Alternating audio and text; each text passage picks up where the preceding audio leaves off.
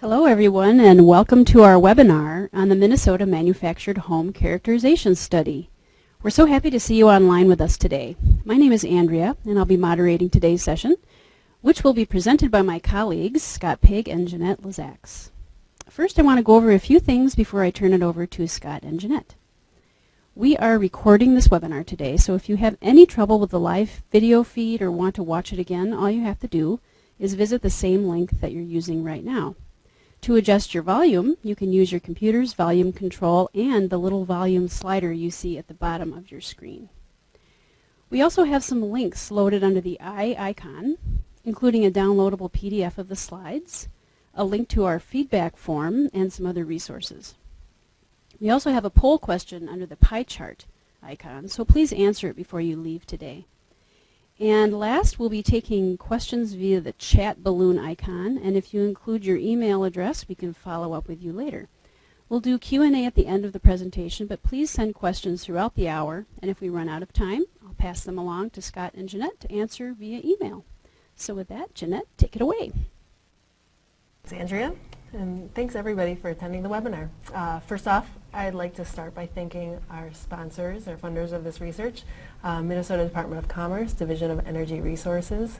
This funding came from the Conservation Applied and Research and Development Grant program, and for those of you not in Minnesota, the CARD program is used to fund projects that help Minnesota utilities better improve their energy efficiency programs. So a couple years ago when we started this research, our intent was to take a deeper look at manufactured homes and look at details related to their energy. The goals of our research were to answer a few questions. What are energy using characteristics of manufactured homes in Minnesota? How much energy do manufactured homes use? And what energy saving opportunities are there? This is an interesting subsector of the residential housing stock because they offer would-be homeowners an affordable housing option. And as you'll see in this webinar, there's a number of opportunities that we identified that will help manufactured home owners and residents reduce their energy bills. So we conducted our study using a few methods. The largest part of our study comprised of a telephone survey and an on-site data collection portion. We surveyed 633 residents via telephone, and we went to about 100 homes in on-site visits. We stratified our data both geographically and in terms of manufactured homes that were located in manufactured home parks and those that were located on private property. And we got our data from a couple sources. We used purchase lists for contact information. We also identified mobile homes, manufactured homes in property tax databases. All told, we surveyed manufactured homes in 51 of the 87 counties in Minnesota, and we went to 30 counties on our site visits. So the telephone survey asks about general information about the home and end uses in the home. We asked about their ownership structure. We asked about any kind of comfort issues that they may have in the home, and we also asked about energy saving measures that they've already implemented in the home. And from that telephone survey, we recruited 100 households to continue on with the next phase of our study, which was the on-site portion. And you notice here that we have an N of 99 homes. After the fact, we visited 100 homes, but after the fact, we realized that one home was actually a modular home rather than a manufactured home. As you'll see in just a few minutes, that is an important distinction that we want to make. So anyway, in the home, we gathered a number of characteristics about the home and the appliances. We did air leakage and duct leakage testing. We assessed each home for energy saving opportunities, and we also conducted an interview with the residents of the home to understand the motivations for implementing some of these energy saving measures. We also wanted to understand their perceived ability to actually do the measures. And also, where we could, we obtained usage histories from utility data for electricity, gas, and propane and fuel oil. And finally, in the third part of our study, we conducted telephone interviews with manufacturer home distributors, manufactured dealers and park operators to understand the current state of the manufactured home industry in Minnesota. Okay, before we dive into the results, let's spend just a couple of minutes to better understand exactly what we're talking about when we say manufactured home. And hopefully this is a picture like you were expecting to see when you registered for this webinar. So this is your basic manufactured home, built in a factory, constructed on a permanent chassis, towed to a site, plunked down, the wheels come off, they put some skirting around it, and the odds are that that unit never leaves its original location. Now, one other distinguishing feature of a manufactured home is it's one that's intended for permanent occupancy. And since 1976, all homes like this have been regulated by the federal government, specifically the Department of Housing and Urban Development, and all of them carry a certificate tag on the outside of the home, like the one you see in the upper right-hand corner of this slide, as well as a data plate on the interior of the home. So any manufactured home that carries a tag, a HUD tag like this, is definitely within the scope of our study. But what about this home? This is the oldest home that we included. It was built in 1955, so it's actually 10 years older than HUD itself, let alone the 1976 code. Nonetheless, it has the same characteristics as HUD-regulated manufactured homes these days. It was built in a factory, it's on a permanent chassis, and it's intended for permanent occupancy. So even though these were not regulated by HUD at the time, they still are within the scope of what we included in our study. How about this home? It was also built in a factory. It's also on a permanent chassis, but it's not intended for permanent occupancy, although some people do live in these year-round. For the most part, though, people in Minnesota who live in them year-round are heading south right about this time of year. In fact, this particular unit belongs to my parents, and as of today, they're on their way to Arizona. So RVs like this are not included in our study because they're not intended for permanent occupancy. Then we have this home. It was built in a factory, but it was not built on a permanent chassis. In fact, it was brought to the site in pieces and assembled there. So this is a modular home, and as Jeanette alluded to, this is the one that almost slipped through the cracks into our study, but thankfully we caught it and kicked it out before it was too late. So homes like this are not subject to HUD code. They're in fact subject to local code, and these are not included in this set of homes that we're talking about today. And then finally, we have this somewhat tricky situation. So here's your basic manufactured home with one exception. The owners of this home built a small little entryway addition to it that they heat.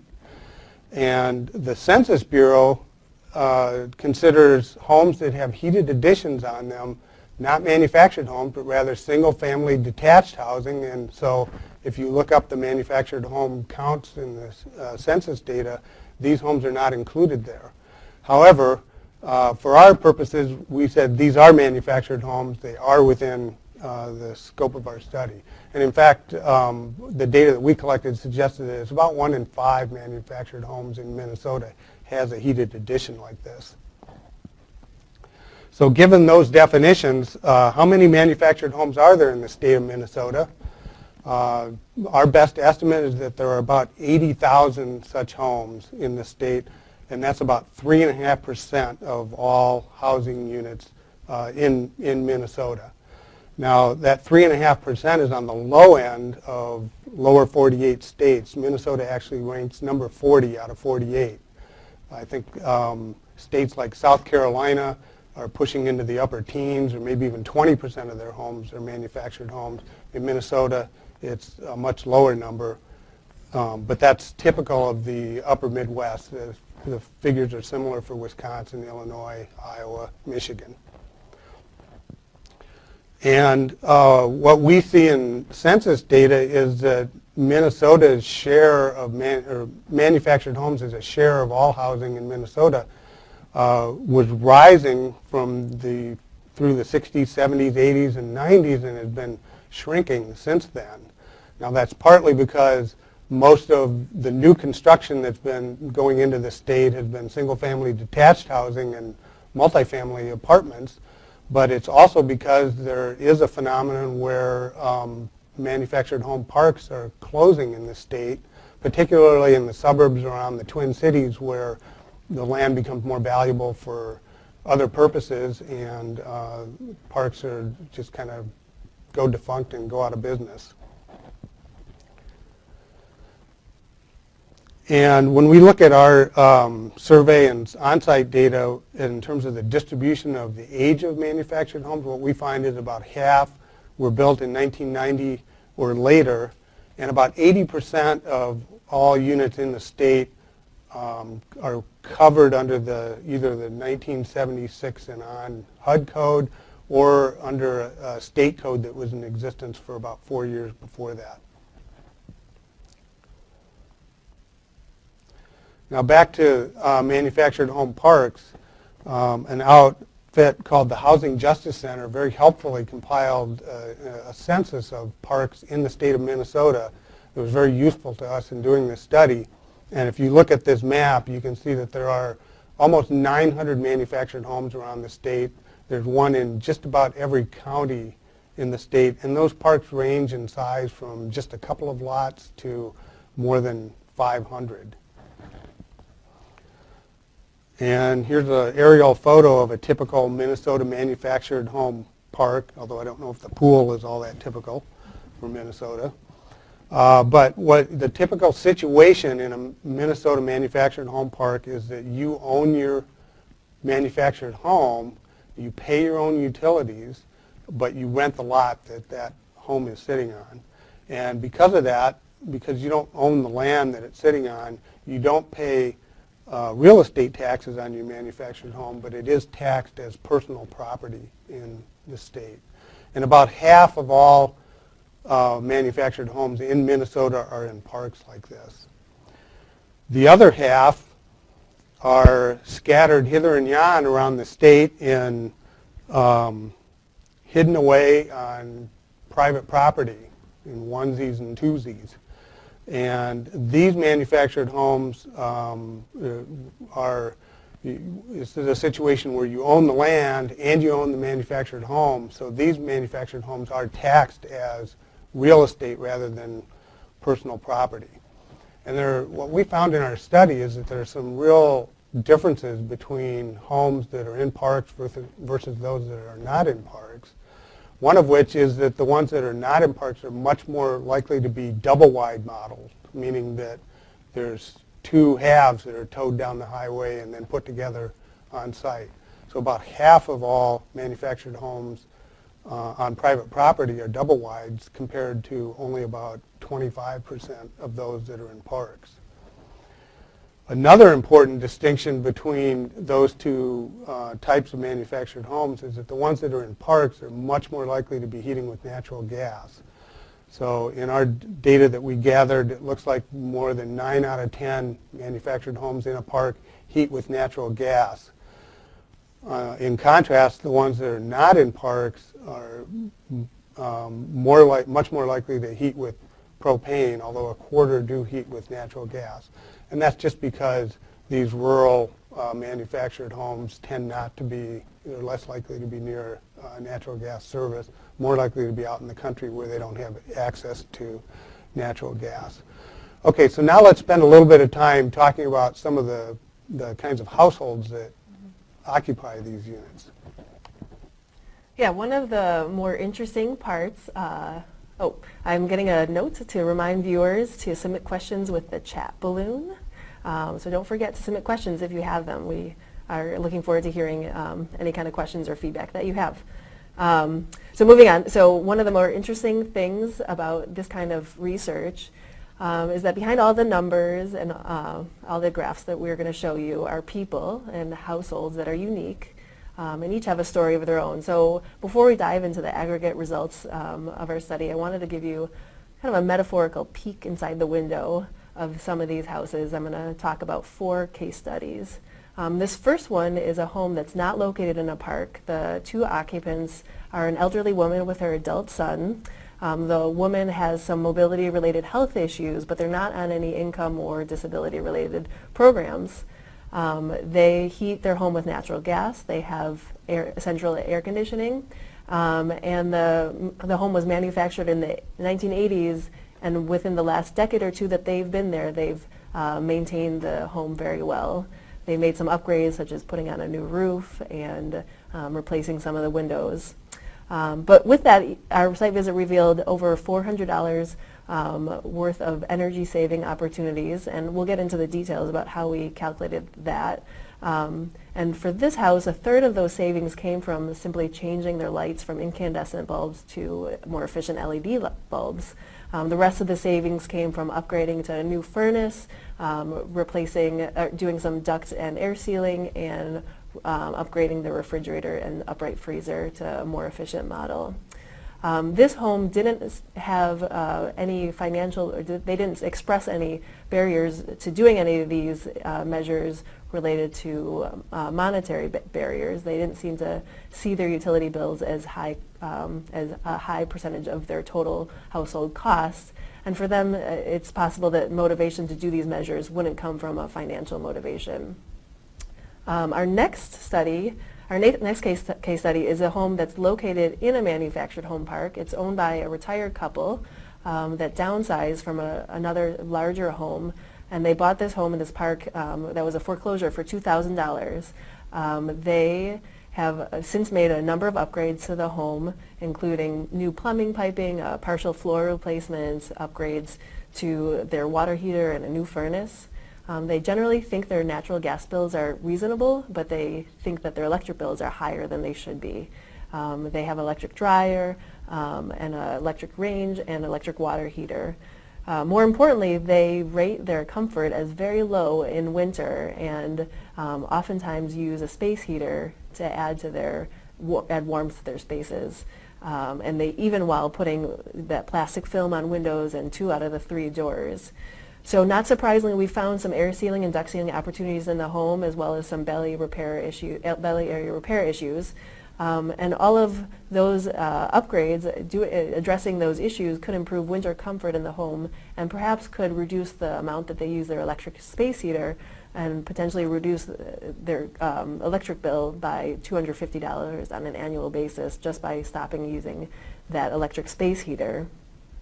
This couple seemed very interested in our audit process and seemed very motivated to try those recommendations. Now, this third case study is a home that it's not in a manufactured home park, although there are a couple manufactured homes nearby. It's a crowded household. There's 5 adults, 1 child, 2 cats, and 6 dogs, all in the same home. This home had roof leaks, apparently caused by strains placed on the home on the structure when it was moved from to its current location. And I should note that this is a relatively uncommon occurrence.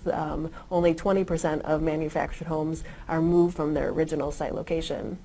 They reported their utility bills as being not bad, although they did say that they fill up their propane tank frequently, and they do use electric space heaters almost continuously throughout the winter. We found their belly to be in very poor shape. One section had a large section of the belly liner and the insulation that dropped down and left ductwork exposed, and the bathroom plumbing lines vulnerable to freezing. So they kind of tried to DIY fix this by constructing a makeshift perimeter around the area and use an electric space heater to keep that area warm. So in addition to these belly and floor repair issues, we found air sealing and duct sealing opportunities throughout the household. We also found that hot water temperature in the home was registering at 161 degrees, a reading that is the highest in all of our homes we visited. Not only could reducing that hot water temperature obviously save some electrical energy, but it also could reduce the risk of scalding because it's set so high. But it's unlikely that they would actually implement this measure by reducing the water temperature, because it's likely set so high because they need to stretch that water to accommodate the high occupancy household. Now, they express some willingness to do some of these measures, but limiting factors for them are income, health issues, and the ability to do the work themselves. And my final case study is this home that's in a park. It's occupied by 2 adults, both of whom suffer from health issues and that limit their ability to work. Both require oxygen machines. One of them can only move around the house in a wheelchair, and neither of them leave the house pretty much ever. The home itself was built in 1977, which is just after the HUD codes came into play. But there, you'll see in this picture, there is an electrically heated entryway that they added in 2000, although they rarely heat that space. And although the home has central AC, air conditioning, it's actually non-functional. This home was recently weatherized by the Weatherization Assistance Program, which among other things that they did to the home, they installed a quiet bath exhaust fan to provide continuous ventilation. But since then, the occupants have converted it back to a switch time, or to be switch operated. We found that lighting retrofits are the largest energy saving opportunities in this house, and could, if they were to replace out incandescent bulbs, could save them about $50 annually.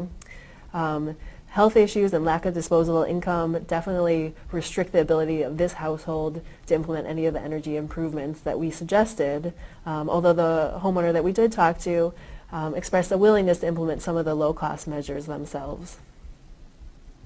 Now, I kind of took you down the rabbit hole of looking very specifically at 4 homes. I want to actually zoom back out to the population level and take a look at some of the census data.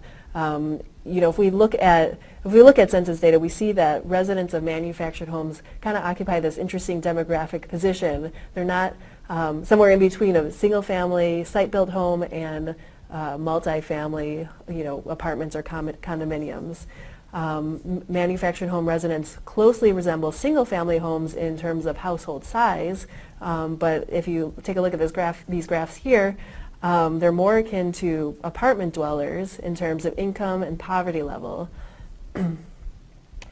But they tend to have lower housing costs. Living in manufactured homes in Minnesota is considerably less expensive than living in traditional homes or renting an apartment, as shown here. Now, as I mentioned earlier, we asked participants for permission to use or to obtain their energy usage histories from their energy providers. We analyzed the data that we got to disaggregate space heating and cooling consumption from other end uses, as well as we normalized each household usage to 30-year weather norms. We extrapolating these results to other fuels and using statewide annual average fuel costs, we estimate that the residents of an average Minnesota household face an annual cost of around $2,000 for their energy bills. However, this estimated value varies depending on heating fuel. As you can see here, majority are heated by natural gas and to a lesser extent propane, and between the two there's about a $500 difference in annual energy costs. For a small number of homes with electric heat, there's about 3% of them, they're looking at paying over $1,000 more in energy costs compared to natural gas heating. Okay, so a big part of our project was to try to figure out, well, how much of that $2,000 per year of energy costs could be saved with energy efficiency and energy conservation improvements. So what we did is for each of those 99 homes that we visited, we assessed each one in terms of 30 different possible energy savings measures in 3 different categories: retrofit opportunities, things like air sealing, insulation, lighting retrofits; upgrade opportunities, meaning replace, you know, when it's time to replace that furnace or air conditioner, maybe bump up to a higher efficiency level model; and then low and no cost behavioral opportunities that people could undertake without making a big investment. And to make a long story short, we found an average of about $480 worth of retail energy savings per home, which is about 25% of that average $2,000 energy cost per year. And the The measures that kind of stand out and that are highlighted on this slide for retrofit opportunities, lighting retrofits were a big one, and we'll talk a little bit more about that a little later, as were duct sealing and air sealing were fairly common measures. In terms of upgrades, furnace upgrades, you'll see in a little bit that a lot of the furnaces in these homes are not high efficiency condensing models, and they could be upgraded to higher efficiency at time of replacement. And then in terms of behavioral opportunities, the biggest single one was dealing with those portable space heaters, and we'll talk a little bit more about that in a few minutes. But we also found opportunities for managing plumbing heat tape use, as well as thermostat practices. So these opportunities, and by the way, I'll just say that we didn't actually try to implement any of these measures. The scope of our project was just to identify a number of measures and look at what their incidence rate was and what would be the likely savings if people did implement them. And these were, all of these numbers so far are just like technical opportunities, meaning if we could snap our fingers and make these occur in every house, this is what we would expect to get. So to just take that a step further, we took the information that we gathered from the surveys and the interviews with these households to assess each household in terms of their willingness to implement measures as well as their ability to do so. And this slide takes that $480 per house and breaks it down according to different levels of ability and different levels of willingness or interest to implement. So if you just look at willingness, we see that 42% of households are willing, 27% very willing, so somewhere around 30% or 70% of all households have expressed some level of willingness to do these measures. At the same time, though, if you look at the ability columns, 42% of people have low ability to implement measures like this. And mostly that has to do with just not having money to spare change to pay for things like insulation upgrades and air sealing. But sometimes it also has to do with people who have serious health issues and just can't be dealing with energy efficiency improvements. And frankly, also there were also a few households where there was just so much in the home that it would be hard to move around and get anything done, even if people did have a lot of money and interest in doing it. But you know, for the large majority of the low ability is because these homes tend to be occupied by people with limited income.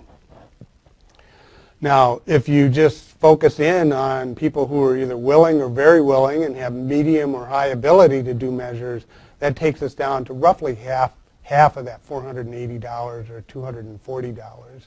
And then if you could get all of these folks in a weatherization program like the federal WAP program, we might be able to add some more folks who have high willingness but low ability for financial reasons, and that might get us up to perhaps 2/3 of that $480. Okay, so let's now dive in a little more into different components of the homes and different opportunities with those components. And we'll start with insulation levels. So we were able to get HUD data plate data for 59 of the 73 homes that were built to HUD standards, and this graph shows what the nominal insulation values were for the home by year that they were built.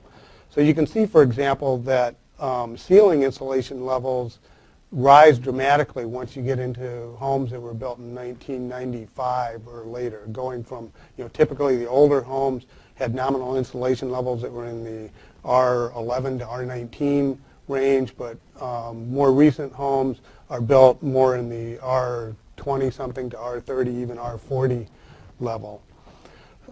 It's not quite as apparent with walls, but what we found with walls is that just about all manufactured homes that we visited that were built in 1990 or later have 2x6 construction, which gives you that much more space to put insulation levels in, and the more recent ones tend to have wall R values that are closer to R19 compared to older homes that may only have R11, or some homes that only have 2x2 or 2x3 wall construction that have even lower levels.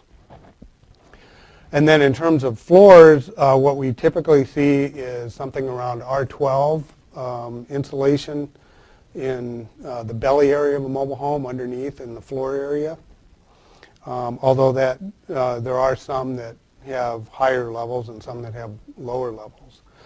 Now Minnesota is really cold, and in a place like Minnesota it makes perfect sense to insulate attics all the way up to R50. And in fact, most of these homes, in fact about 3/4 of all manufactured homes in Minnesota have pitched roofs that do have space to add extra insulation. But there's an issue that's somewhat unique to the state of Minnesota in that there's a state law that pretty much says that any alteration to the construction of the manufactured home voids that HUD certificate. And that if you want to insulate a home beyond its original levels, you really need to make an application to have that proposed upgrade reviewed at the state level for approval. And the end result of that statute is that, for example, the low-income weatherization program will only repair damage to ceiling areas to restore insulation levels to their original values or to similarly to belly areas. And there are opportunities for that. About 1 in 4 manufactured home owners reported having a roof leak at some point or another, and sometimes those roof leaks are bad enough to really rot out the ceiling and remove all the insulation. Animals just love to get underneath manufactured homes, and if the skirting's not tight, you'll get something that looks like this photo here with Tabby lurking in the background after she's scratched up a big section of the belly and made a nice nest, but pulled a lot of the insulation down on the floor. So in our sample, when we apply that state policy and regulation to only be able to insulate back to the original nominal levels, we get about a 17% incidence of opportunities for belly insulation and about a 9% incidence for ceiling insulation. But just to contrast that with what happens in other states, the federal weatherization assistance program insulates about 60% of bellies in manufactured homes and about 30% of attic spaces, so about 3 times the installation rate as what we see when we apply the Minnesota limitations. All right, let's move on to some other measures.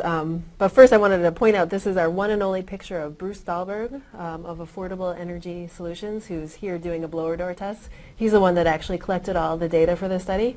If he's out there watching, a shout out to you. Thank you for all your hard work. But this graph shows the measured air leakage rate that we found in the manufactured homes that we visited.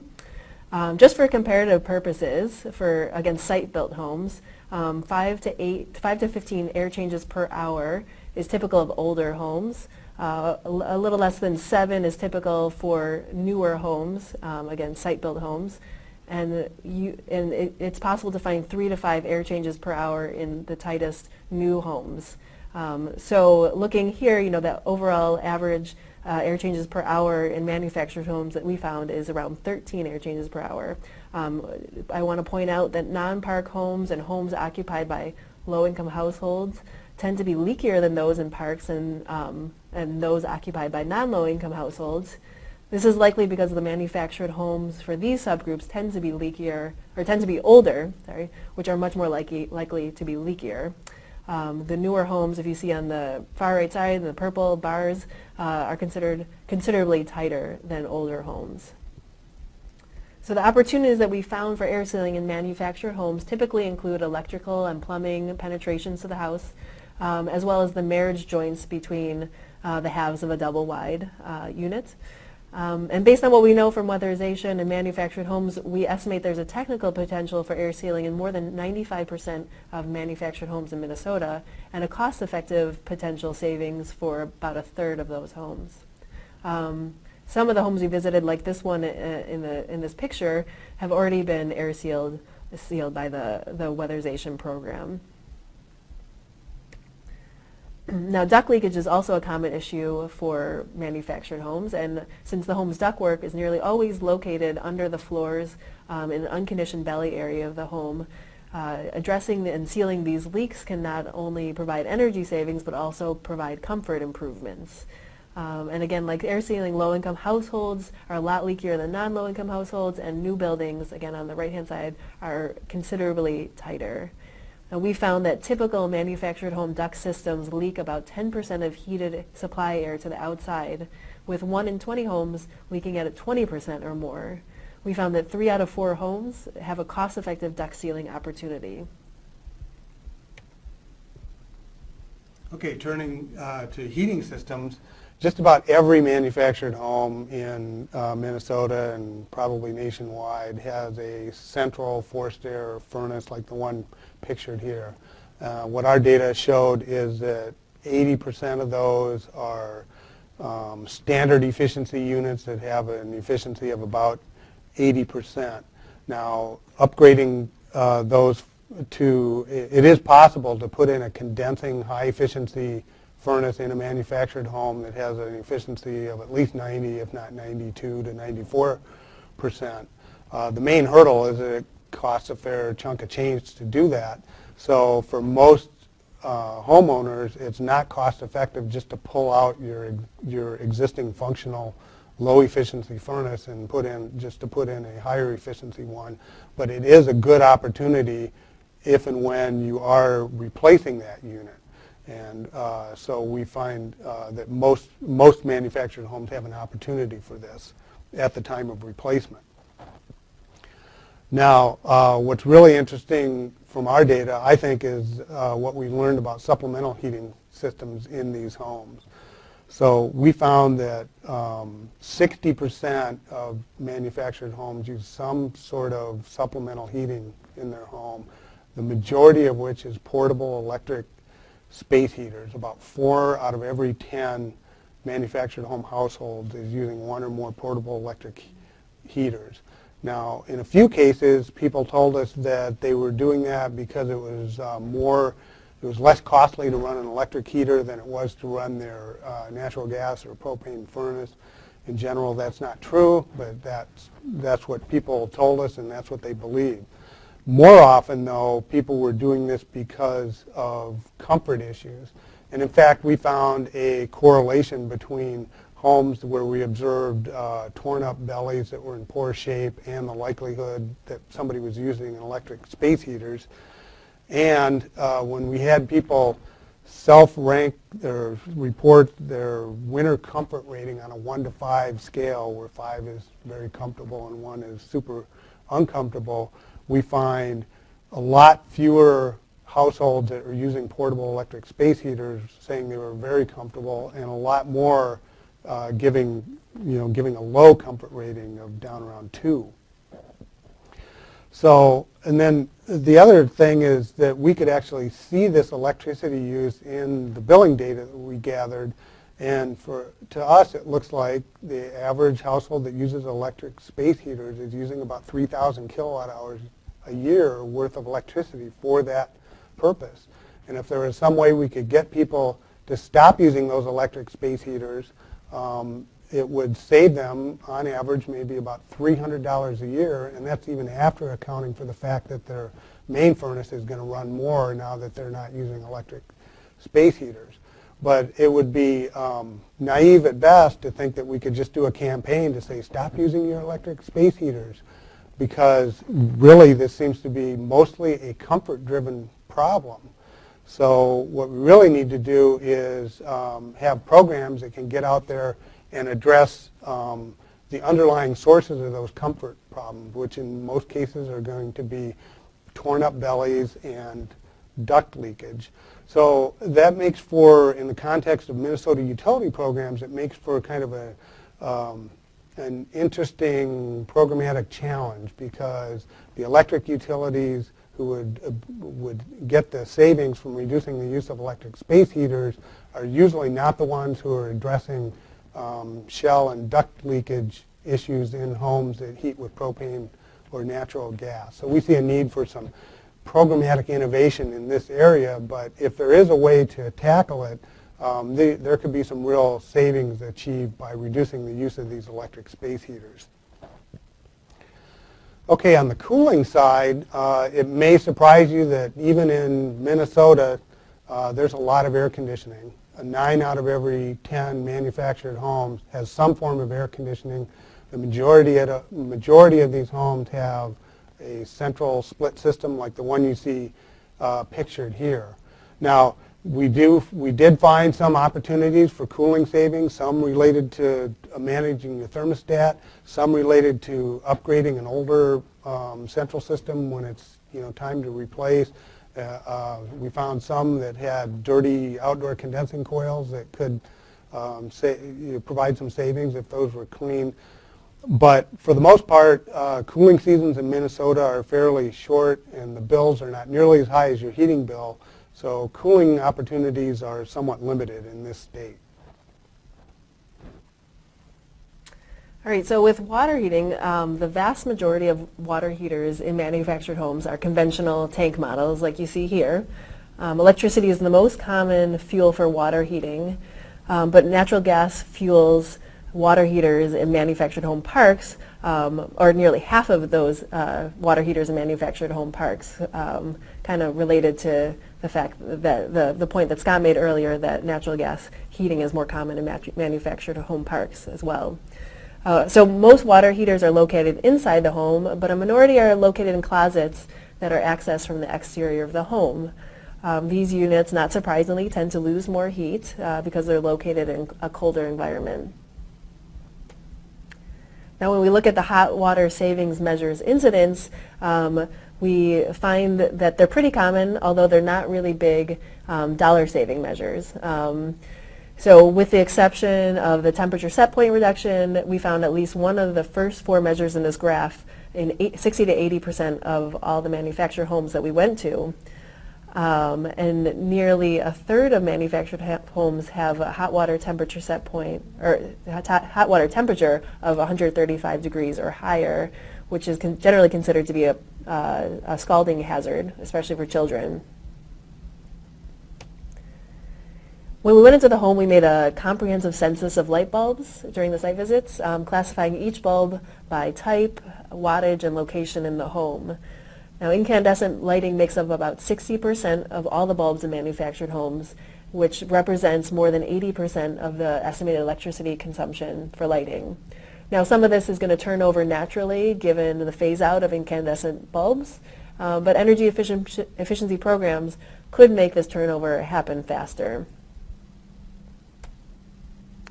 When we look at refrigerators and freezers in the home, nearly a third of manufactured homes have at least one supplemental refrigerator, although half of these are compact units. And then well over half of the homes have one or more supplemental standalone freezer. We flagged homes as an opportunity for upgrading their primary refrigerator or standalone freezer to Energy Star equivalents if the existing unit was 10 years or older. We also flagged removal opportunities for secondary refrigerators and freezers that we found that were plugged in and we noted as being largely empty at the time of our site visit. So about 2/3 of homes show an opportunity for upgrading their primary refrigerator on replacement, and 40% show a freezer upgrade opportunity. Our data also suggests that 10% of homes have a removal opportunity of that secondary refrigerator or freezer, though that classification depends on observing an empty or near empty unit that was plugged in at the time of our visit, which was not always possible.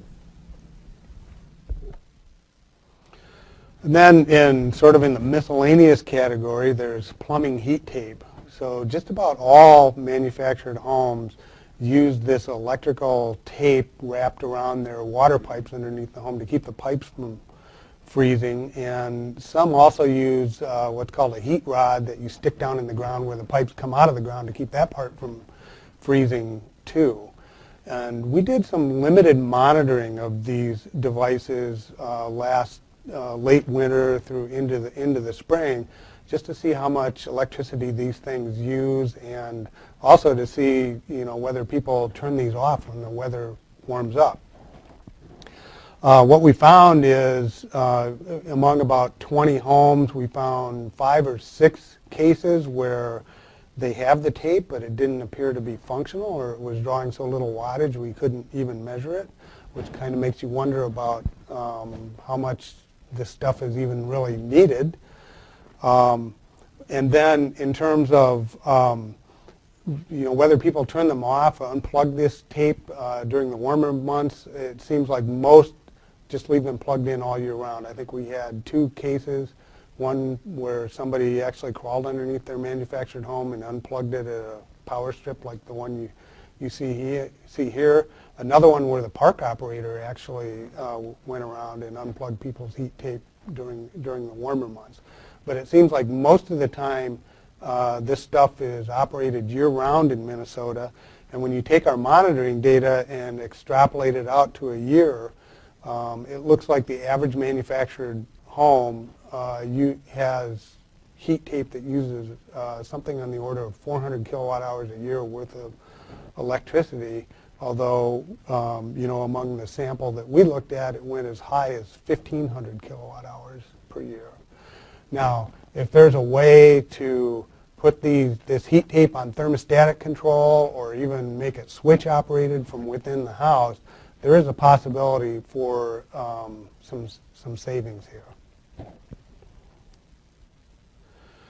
And then we would be remiss if we did not note that some of these manufactured homes were just in terrible shape, particularly ones that were on private property out in the woods on somebody's back 40 where there's not a park operator who's like on your case about keeping up your home.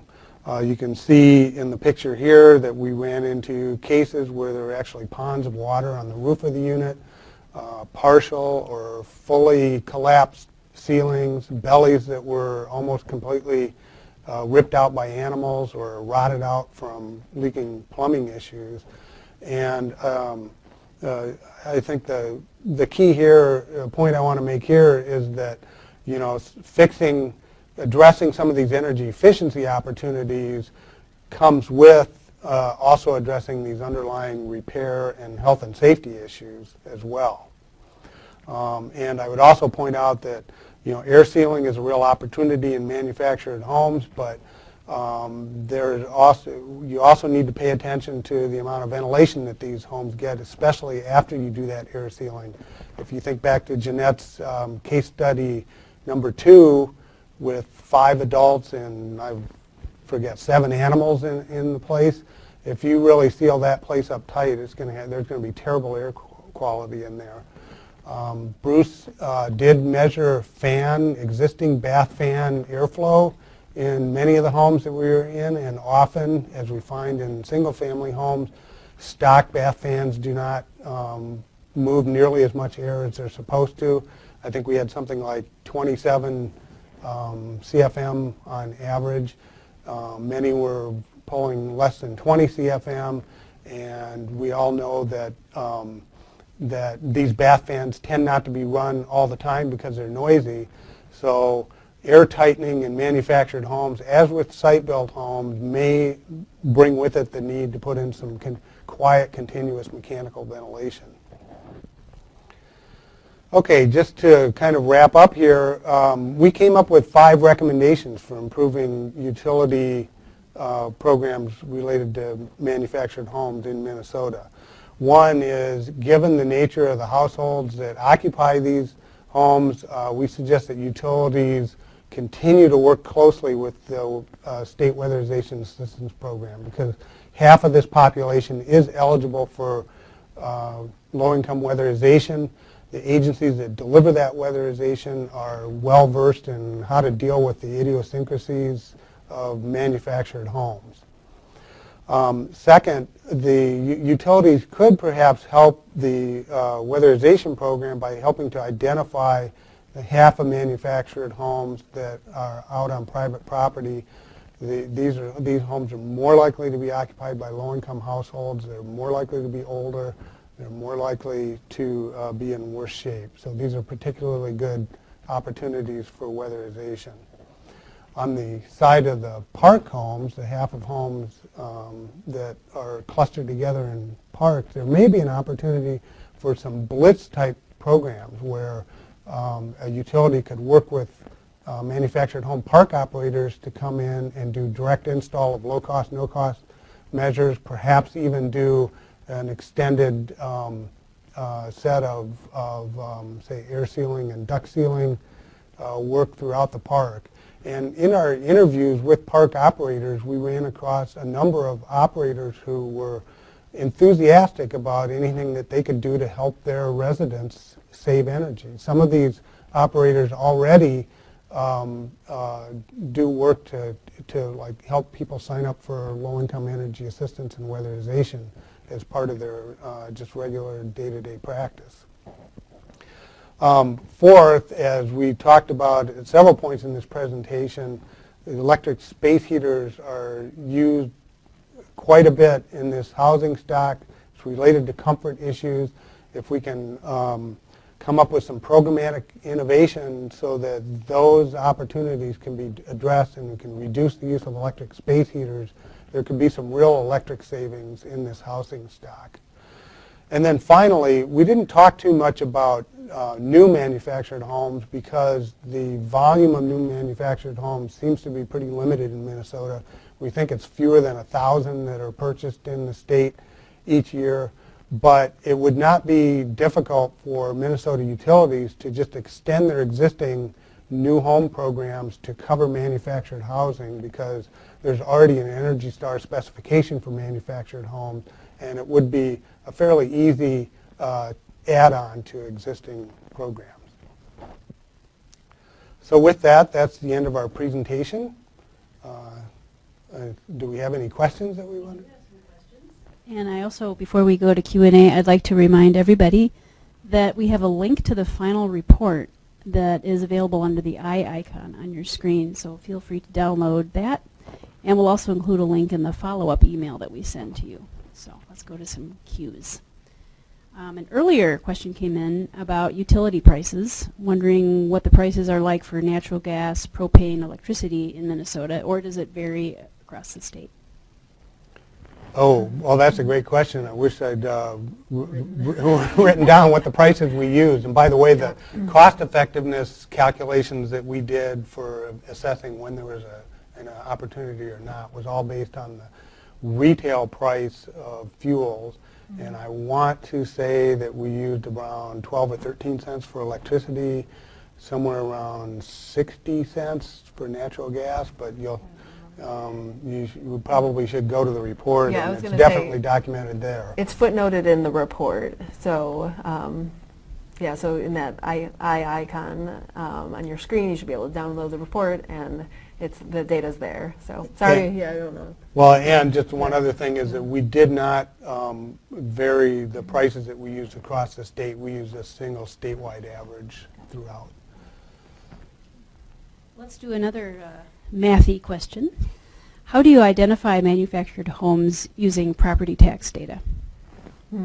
So that one, we actually ended up, so we sampled specific counties that I mentioned we geographically stratified the samples, so we knew the counties that we wanted to recruit into our study, and then we actually just called the assessor's office, and there's really not any math about it, but it was more like dogged calling and making sure and following up with people. But each county has their different different way of pulling together that data. Most of them have a flag for manufactured homes, and so we just ask them. Sometimes you have to pay for the data. Sometimes you don't have to pay for the data. Oftentimes it's in different formats.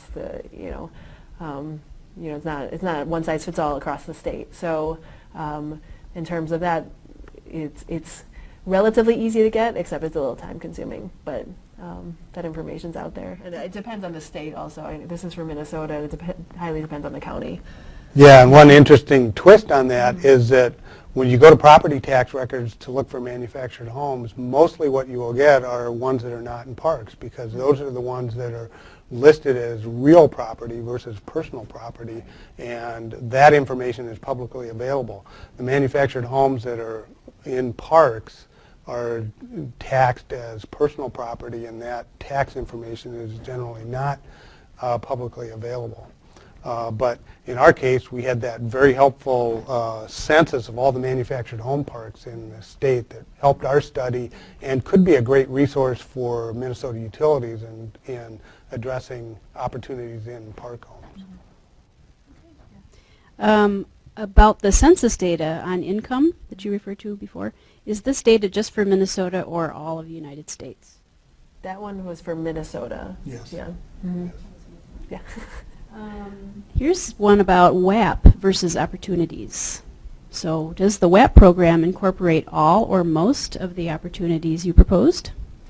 WAP incorporates many of them, but not all. So we took a pretty broad brush. For example, WAP does not, as far as I know in Minnesota, does not like have a measure that's like getting rid of electric space heaters, although some of the stuff that they do may have that end result. Also, and here we're not like experts on the Minnesota WAP program, but WAP often does not say remove additional freezers, and yeah, they will do replacements and stuff, but our list of opportunities went beyond WAP, but just everything that WAP addresses we did include in our list of measures. We have time for one more. This is in regard to the insulation limitations you mentioned that Minnesota has. So can you maybe talk a little bit more about that?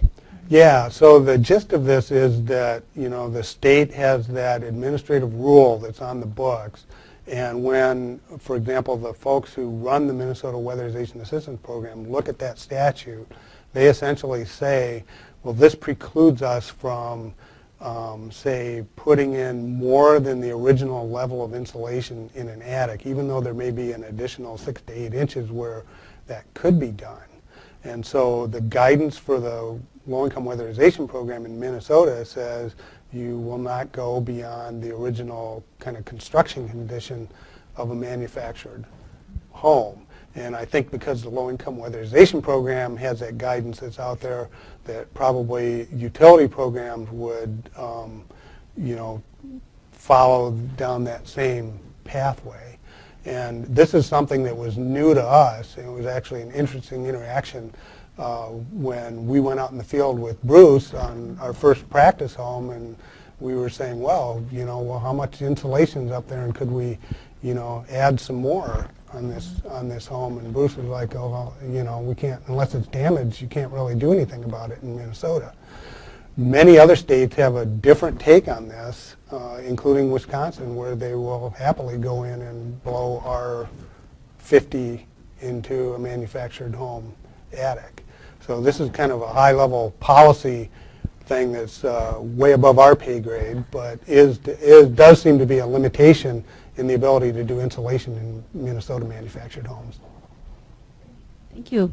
And we have more questions, but we have email addresses attached to those, so we'll follow up after. So thank you all for joining us today. Have a good day.